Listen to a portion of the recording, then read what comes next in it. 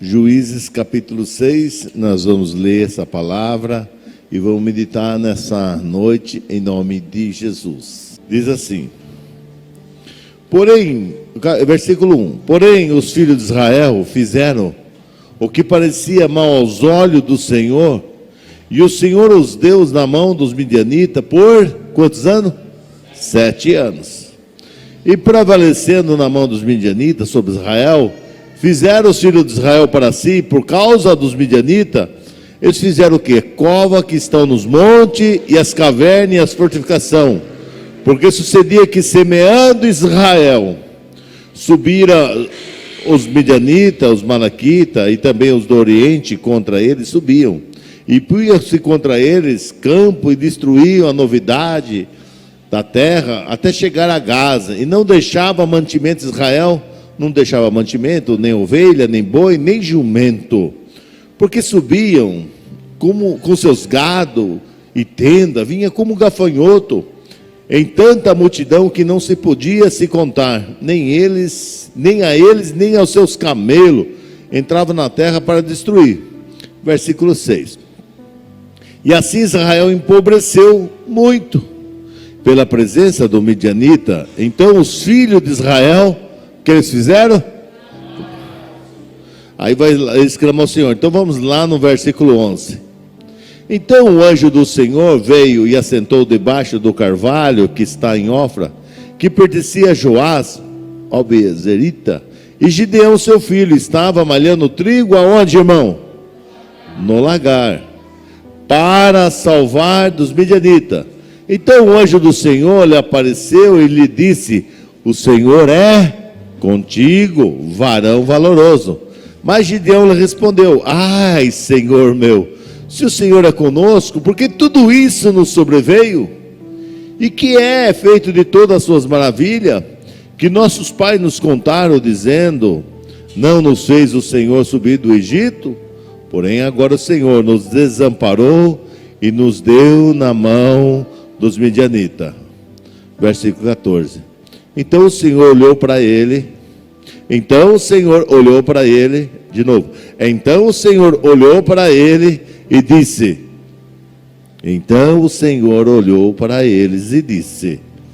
vai, aonde, irmão? Ele falou para ir na força de Deus ou na força dele? Na força dele. Vai nesta tua força e livrará Israel da mão do midianita. Porventura não te enviei eu? Até aí, pode fechar a palavra. Palavra de salvação. Oremos ao Senhor. Senhor, meu Deus e meu Pai, eu te louvo pela tua palavra. A palavra que alimenta, a palavra que sustenta, a palavra que muda a nossa vida, a nossa história. E nessa noite, ó Pai, nesse culto, nesse dia 21 de abril, Pai, nós estamos aqui para falar da tua palavra. Que a tua palavra venha, Senhor, nos alimentar e podemos entender o quão é importante aprender a tua palavra, entender a tua palavra, guardar a tua palavra e praticar a tua palavra. Eu te peço a tua bênção sobre a tua igreja, sobre aqueles que estão assistindo pelas redes sociais, que eles vão assistir. A todos nós, Senhor, em nome de Jesus. Amém, amém. Você pode dizer amém? Amém. A história de Gideão. Você começa a ver a história de Gideão, ele começa praticamente, vamos falar assim, tudo isso do povo de Israel, ele cita do Egito, e aí vai, o que é? Quando o povo estava lá no Egito, ele sai, 430 anos, Moisés tira lá, vai no deserto, você sabe dessa história. Quando entra na terra prometida, né, com Josué conquistando, Josué morre, Moisés morre, né, primeiro Moisés, depois Josué. Aí vem o povo de Israel ficou sem um líder. E sempre Deus levantava alguém para liderar. O que aconteceu? Deus tinha falado, se vocês andarem no meu caminho, eu estou com vocês. Agora, se vocês fizerem o que me desagrada, o que não é precioso aos meus olhos, eu vou permitir que os vossos inimigos entrem e atrapalhem as suas vidas. Deus foi bem claro, vamos falar assim, Deus passou a regra do jogo. A regra do jogo é clara, né? É clara. Se você servir a Deus, se você amar a Deus, se você for fiel a Deus, Deus vai te abençoar. Deus vai estar com você. Agora, se você fizer o contrário, não que Deus vai mudar, você mesmo vai abrir uma porta para o inimigo entrar e cirandar a sua casa. Quem está entendendo? Não é porque Deus falhou, não é porque Deus esqueceu de você, é nós que abrimos a oportunidade para o inimigo entrar. Nós lemos aqui que os filhos de Israel fizeram mal o que parecia aos olhos do Senhor. Deus permitiu que os midianitas entrassem em Israel e oprimissem por 7 anos.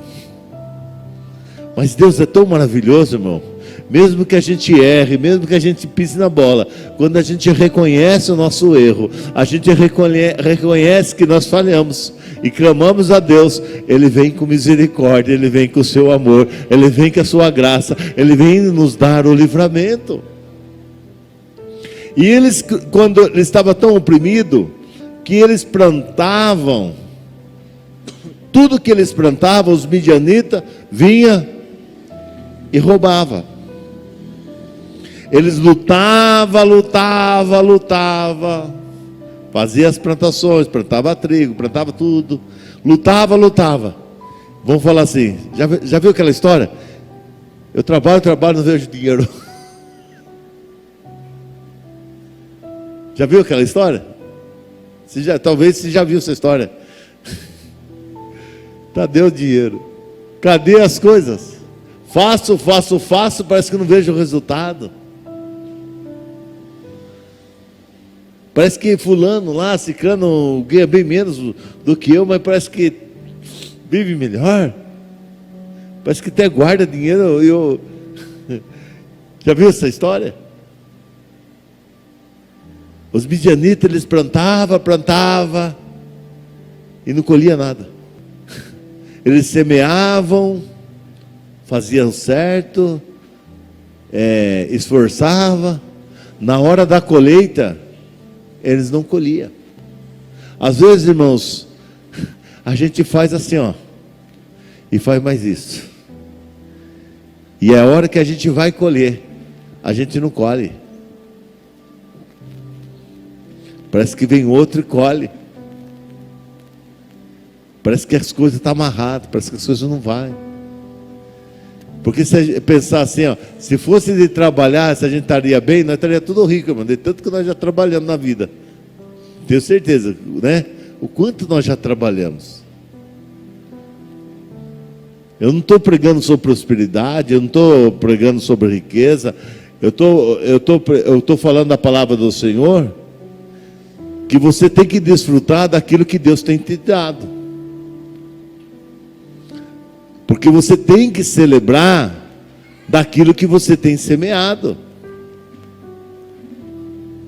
Porque não é possível você semear e na hora e não colher. Se eu planto, já falei, se eu planto banana, vou comer o quê? Tem como eu plantar banana e comer maçã? Será? Mas tem gente que acha que dá e não dá. Se eu plantar limão, eu vou chupar limão. Se eu plantar laranja, eu vou chupar laranja. Se eu plantar abacaxi, eu vou ter o quê? Um abacaxi para descansar. E aqui eles plantavam, lutavam, mas na hora da colheita os midianitas vinham e levavam tudo. Note-se que o midianita não proibia eles de plantar. O midianita não proibia, não atrapalhava eles de semear, de cuidar da planta. Mas na hora de colher, eles vinham e tomavam tudo. Aí entra a história de Gideão. Nós lemos que Gideão estava malhando o trigo no lagar. Agora, talvez alguns não saibam, lagar, o lugar de lagar é lugar de processamento de uva. Aonde você malha trigo é eira. A eira, o que é a eira? A eira lá é aquele lugar que põe os cachos de trigo e tem duas pedras que se movem, ou o animal faz mover o moinho, ou o ser humano, alguma coisa, e ali põe o trigo, processa o trigo, a farinha, ali eles comem. E o lagar era o lugar onde colocava os cachos de uva e pisava para fazer o suco, fazer o vinho. Então Gideão, o que ele fez? Ele pegou o trigo dele, colheu o trigo, e ele pensou: se eu for processar o trigo na eira, o que vai acontecer? Os midianitas vão lá, porque os midianitas sabem que tem a plantação de trigo, que o trigo vai ser processado na eira. Então o que o Gideão fez? Armou uma estratégia. Armou uma, diga, estratégia. Ele falou assim: se eu for na eira eu vou perder, então eu vou no lagar, porque em momento algum os midianitas iriam no lagar, porque não era época de uva. Não era época de uva. Então o midianita nem ia perder tempo de ir lá no lagar. Eles estavam de olho na eira. Gideão pega, corta os trigos escondidos e leva no lagar e começa a processar o trigo. Eu pergunto: se os midianitas descobrissem que Gideão estava dando chapéu neles, estava dando chapéu ou não estava dando chapéu nele? O que ia acontecer com Gideão? Os midianitas iam matar eles. Falaram: você está achando que nós somos bobos? Está querendo nos... Estava aplicando em cima de nós aqui, dando um boné em mim aqui. Ele ia pegar Gideão e ia destruir Gideões, ou Gideão e a família dele. Está muito espertinho. Você está enrolando nós. O que Gideão fez? Ele assumiu o risco. Assumiu o risco. E ele começou na eira, malhar no lagar, ali processar o trigo. Apareceu o anjo do Senhor e falou assim: Gideão, o Senhor é contigo. Varão valente e valoroso.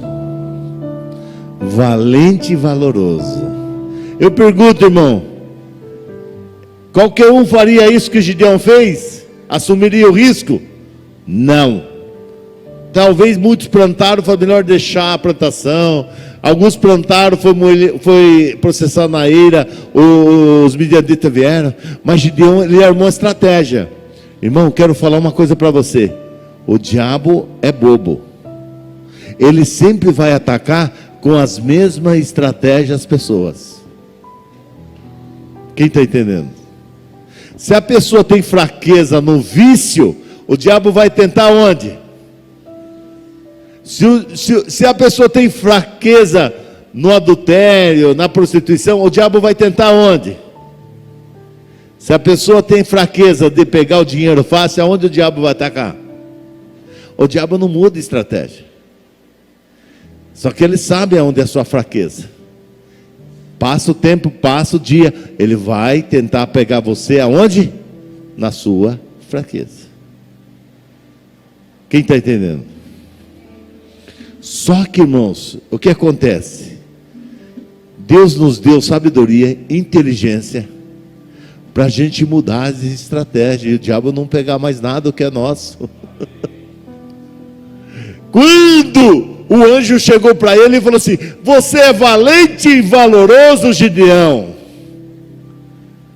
Porque estava referindo à atitude do Gideão de pegar, de assumir, vamos falar assim, o risco de cortar o trigo, de enganar o midianita, porque ele fez o que ninguém estava fazendo. Hoje você é valente, você é valoroso, o Senhor é contigo. Deus é com quem, irmão, que quer lutar. Se não dá certo por aqui, eu vou por ali. Eu estava na mesa conversando com o Tiago, foi ontem, né, Tiago? Nós conversando, né, ontem, e eu falando para o Tiago falando, eu falei assim, Tiago, é melhor você tentar e fracassar, do que você passar o tempo e falar assim, por que eu não fiz? Tivesse feito. Por que eu não fiz lá atrás? Por que eu não fiz? Aí você começa a medir esforço, medir situação, começa a medir o risco e não faz. É melhor morrer tentando do que não tentar. E se eu fizer e não der certo, eu vou tentar de novo. Se não é esse caminho, eu vou pegar outro caminho. Tudo que eu fizer e não der certo, o que vai servir de aprendizagem. Aonde eu errei, eu não vou errar mais. Agora tem gente que erra ali, aí amanhã erra ali de novo, depois da manhã erra ali de novo, passa outro dia, erra de novo ali, aí lá na frente fala assim, sabe o que é? Eu não tenho sorte. Não tenho sorte, nada dá certo para mim. Mas ela insiste em fazer a mesma coisa. O que Deus quer de você, você não olhar para a dificuldade. Eu vou tentar, eu vou lutar. Porque eu acho que a coisa mais triste é quando você chegar bem velhinho e pensar e olhar para trás e falar assim, por que eu não fiz? Por que eu não fiz? Quem sabe se desse certo, teria mudado a minha vida, a minha história. E você fica aquela, quem sabe, por que eu não fiz? Irmãos, Gideão assumiu o risco. E Deus quer que você assuma, não a derrota, mas o risco de você vencer, o risco da vitória. Por isso que Deus falou, você é valente e valoroso. Ele não olhou para os midianitas, ele não olhou pela atitude dele. Deus vem, escolhe Gideão e fala assim, Gideão, você vai destruir todos os midianitas, porque você é valente e valoroso. Você vai fazer a diferença no meio do meu povo. Às vezes a gente fica esperando de fulano, de ciclano, não, irmãos, você assume a responsabilidade e vai. Porque se você calcular muito o risco, você não faz. Aí Deus fala com Gideão. Gideão fala assim, mas eu sou o menor da minha casa, eu sou o menor da minha tribo. Deus falou assim para ele, Gideão, eu estou com você, Gideão. Vai na tua força. Porque às vezes a gente quer esperar na força de Deus. Ai, se Deus me ajudar. Ai, se Deus abrir a porta. Ai, se Deus tocar no coração daquele empresário. Ai, se Deus tocar no coração de fulano. Ai, se Deus tocar no coração de cicrano. Ai, se Deus... Ai. Irmãos, é na tua força. É na tua força. Às vezes o desconhecido, aquilo que nós estamos enfrentando, o desconhecido, é complicado, porque a gente não tem segurança nenhuma. É confiar em Deus. Eu lembro agora aí que faz um mês e pouco que a gente foi para a Europa. E quando nós pegamos um avião aqui em Guarulhos, chegamos em Frankfurt. Ai, que nome bonito. Frankfurt, na Alemanha. E nós ficamos 3 horas no aeroporto, Val, para ir para Inglaterra. E eu e a dona Kátia. Irmãos, nós não entendíamos nada. Nem o que estava escrito, nem o que as pessoas estão falando. Aí você fala em inglês. Aí no aeroporto todo mundo falando em alemão, irmão. Que língua feia. Aí eu brincava com a Kátia. Ó, esses camaradas, ninguém está entendendo nós, Kátia. É só nós dois aqui.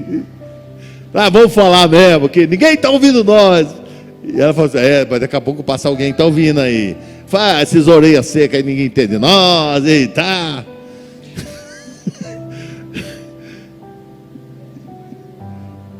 Irmãos, aí nós estávamos num lugar lá que era 24, que era o que nós íamos embarcar. De repente ela falou assim, mudou do 24, foi para o 14, não sei, não lembro mais. Nós estamos com a mala canelando, desesperado. Perguntar para quem, irmão? Só para Deus. Dentro do aeroporto. Por vocês entenderem o tamanho do aeroporto lá, que nós falamos assim, vamos comer o McDonald's, que o Mac, né, é o mais barato aqui, né? É o rede, né? A rede, né? Porque vocês pensam, irmão, você vai comer um salgadinho e um cafezinho, um salgadinho dela, um salgadinho meu, um cafezinho, você paga uns 140, 150 reais. Não é de Deus não esse negócio aí. Aí eu falei para eles, vamos comer no Mac, o Mac é mais barato, não é? Aí o que eu fiz, Milene? No Google, Mac dentro do aeroporto. De onde nós estávamos até no Mac dava 3 quilômetros. Imagina o tamanho desse aeroporto. Depois que eu descobri que esse aeroporto é o 3º maior da Europa. Eu falei, imagina eu pegar 3 quilômetros, bardando a malinha, ir lá comer, depois vai 3 quilômetros voltar, vou chegar com fome. Nem fome, né, Kátia? O que eu estava falando? Nós sentados, achamos uma portaria lá onde ia embarcar, e a mulher começou, e nós ia olhando. Eu olhava para a cara dela, da Kátia, a Kátia assim. E a mulher falando. Aí ela olhou para mim assim, a mulher acabou de falar assim, você entendeu? Eu falei, só entendi thank you. Thank you quer dizer, obrigado. Só entendi isso, thank you. Subimos no avião, fomos lá para a Inglaterra, deu tudo certo. Mas nós não entendemos nada. Até tem esse vídeo, se dá risada, irmão. Ela ficou olhando assim, com o olho para cá e para lá, olhando para cá e para lá, olhando para mim. E aí? Foi, eu sei que eu vou subir ali naquele avião lá, mas a hora que não sei.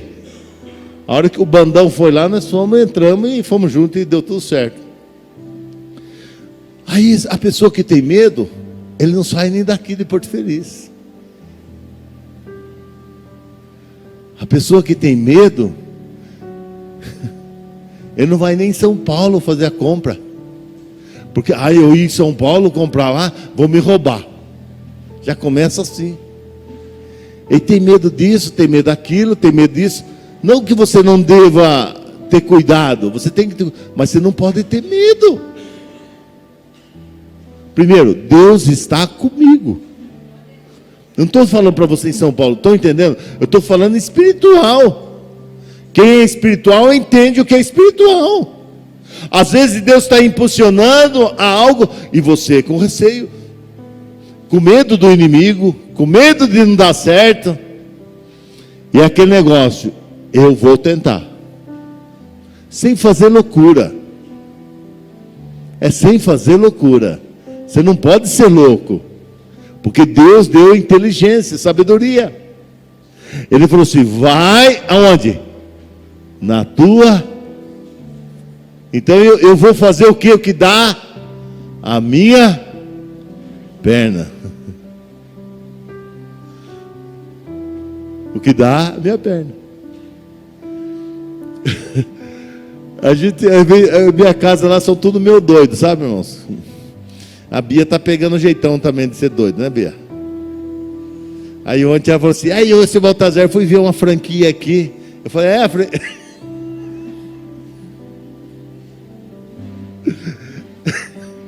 eu falei, Bia, você está querendo comprar uma franquia, Bia? Olha que legal a franquia. Mas quanto que é? Quanto que... A franquia tem que ter, acho que 2 milhões. É 2,5 milhões. Eu falei assim, Bia, mas você viu? Não, eu mandei a ficha. Eu mandei meu cadastro. Mas onde... Eu continuava virando a risada. Ela fez o cadastro e mandou, irmão. Mas não tem nada, não tem dinheiro. Mas ela quer saber como que funciona. Hoje não tem. Você só chega aonde você quer chegar. Agora quem tem medo não chega a lugar nenhum. Hoje eu sei carpir. Amanhã eu sei encabar a enxada. Amanhã eu sei cortar uma madeira e fazer um cabo. Pois da manhã eu vou comprar enxada, vou revender enxada. Quem está entendendo? E espiritualmente é a mesma coisa. Hoje eu só sei orar. Esses dias na mesa de comunhão uma pessoa falou assim, eu vou fazer oração, mas não sei fazer uma oração bonita igual vocês. Mas você fez uma oração tão assim abençoada. Às vezes eu não sei falar, eu não sei pregar, eu tenho vergonha. Não. A palavra é, vai na tua força. Vai na tua força. É na sua força. Não adianta se a menina tem coragem para fazer uma ficha e mandar para uma franquia de 2,5 milhões, quem sou eu para não fazer isso? E aí eu falei, só 2,5 milhões a franquia? É tão barato, não? Nem que eu venda tudo a minha casa, não vender as coisas, não tem dinheiro. Está ficando doida. Mas é assim, meu. Você não pode ter medo de nada. Deus falou assim para Gideão, Gideão, você é valente e valoroso. Aí Gideão vai para a batalha, ele chega na batalha lá, Deus fala assim, Gideão, tem muita gente com você, 32 mil é muito, porque a gente quer, não, quando tiver a condição eu vou fazer. Você não precisa ter condição, é Deus que te dá a condição. Ah, se eu ganhasse na Mega, né, da virada, se eu ganhasse na Mega, se eu ganhasse, aí eu ia fazer tanto. Você nunca vai fazer. Aí chegou Deus e falou, não, é muito, manda embora, Gideão. Aí ele mandou, aí mandou mais pouco, ficou só com 300.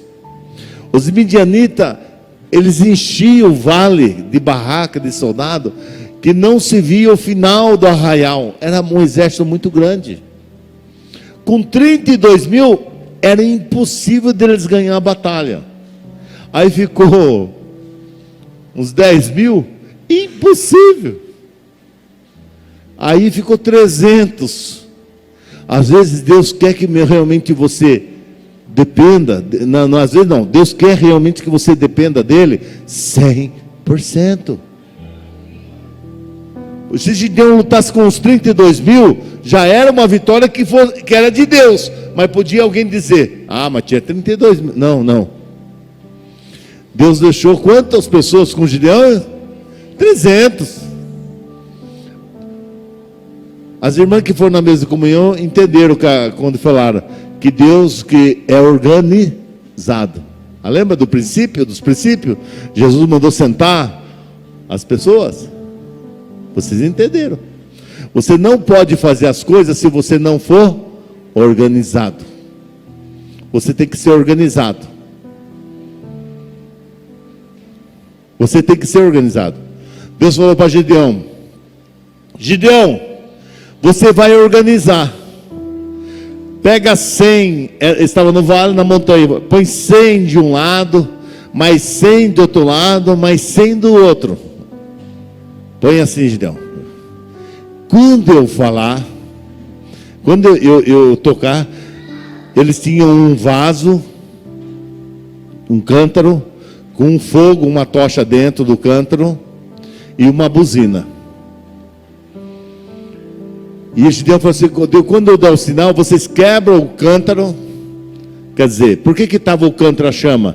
Para os inimigos não ver que eles estavam na montanha. Porque tem hora que Deus vai esconder você e ninguém vai ver você.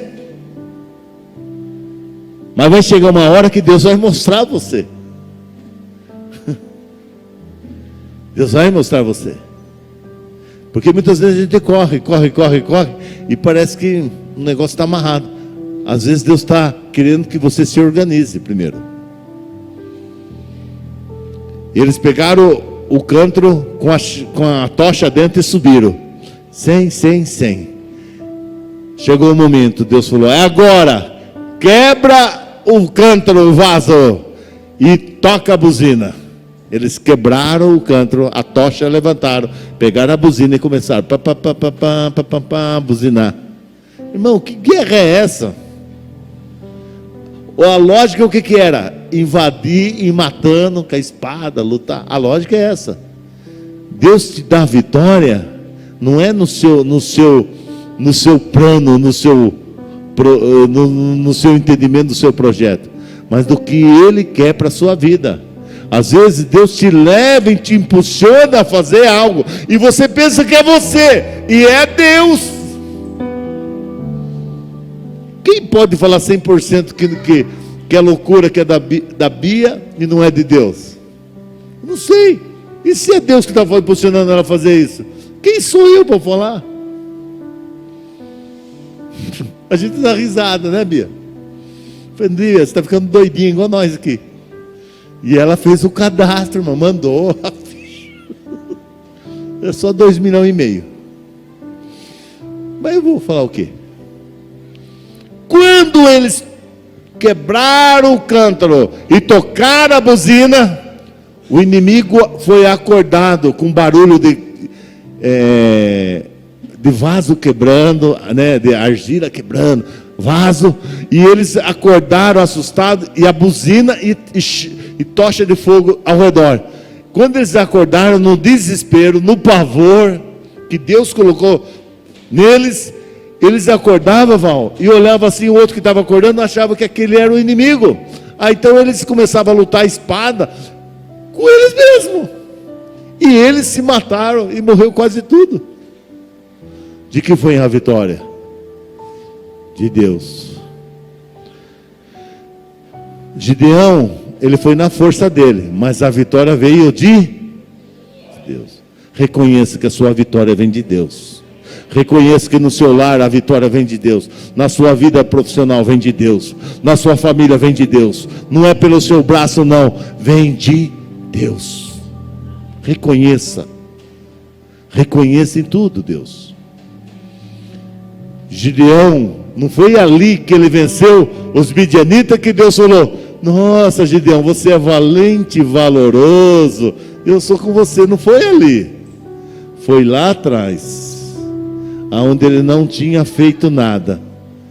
É como nós agora, que às vezes pensamos, o midianita só está levando o nosso, só está tirando, e eu não estou vendo retorno. Mas nessa noite Deus tem uma palavra de Deus para a sua vida. Vai na tua força, o Senhor é contigo. O Senhor é contigo. O Senhor é contigo. Não tenha medo de nada. Aquele sonho no seu coração, vá em frente. Vai ter muita gente que vai falar: não dá certo, não dá certo, não dá certo. Não dá certo é para o Satanás. E se não der certo, vai servir de aprendizagem, mas eu não paro, eu vou tentar. É melhor chegar lá na frente e dizer: eu tentei, do ficar lamentando a vida inteira. Por que eu não fiz? Por que eu não fiz? Deus quer te colocar em lugar altos, assentar com o príncipe.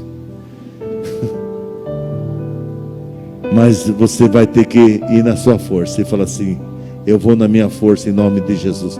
Eu vou fazer tudo que Deus tem colocado na minha vida em nome do Senhor Jesus, porque o Senhor é pela minha bênção, o Senhor é pela minha vitória, em nome de Jesus.